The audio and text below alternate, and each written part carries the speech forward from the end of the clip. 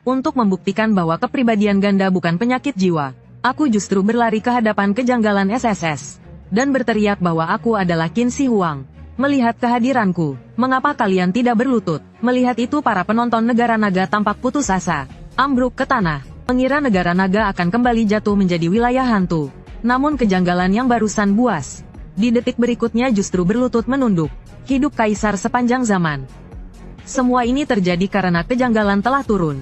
Dan aku yang setiap hari mengira diri sebagai Qin Shi Huang, secara tak terduga terikat dengan keberuntungan negara naga untuk mengikuti aturan kisah aneh. Saat itu aku baru saja kabur dari rumah sakit jiwa, lalu memanjat ke atap sebuah mobil van, dan mulai berteriak, akulah Qin Shi Huang Yingzheng.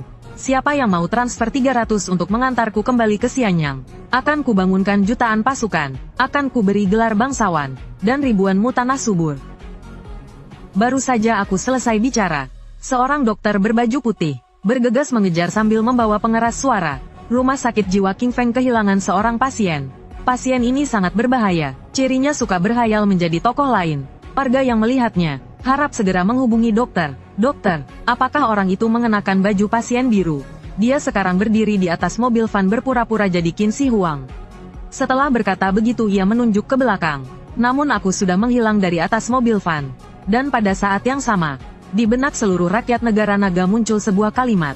Siaran kisah aneh putaran baru dimulai. Peserta terpilih negara naga adalah Zhang Xiaofan. Begitu kalimat ini muncul, langsung membuat sudut mulut dokter berkedut. Dalam hati berpikir bukankah ini pasien gangguan jiwa kami yang kabur itu? Dan pada saat itu aku juga menghilang begitu saja dari atap mobil van. Dan muncul di sebuah pondok kayu yang asing. Wahai rakyatku yang tercinta, mengapa kalian menghilang? Di manakah tempat ini? Karena sebelumnya aku selalu berada di rumah sakit jiwa, menjalani perawatan tertutup. Dokter khawatir menonton siaran kisah aneh akan memperparah delusiku. Karena itu, bahkan apa itu kisah aneh aturan, aku sama sekali tidak tahu. Tepat pada saat ini, suara sistem tiba-tiba terdengar.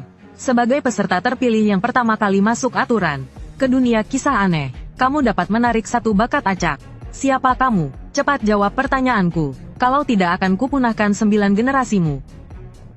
Karena pemain adalah penderita gangguan jiwa berat.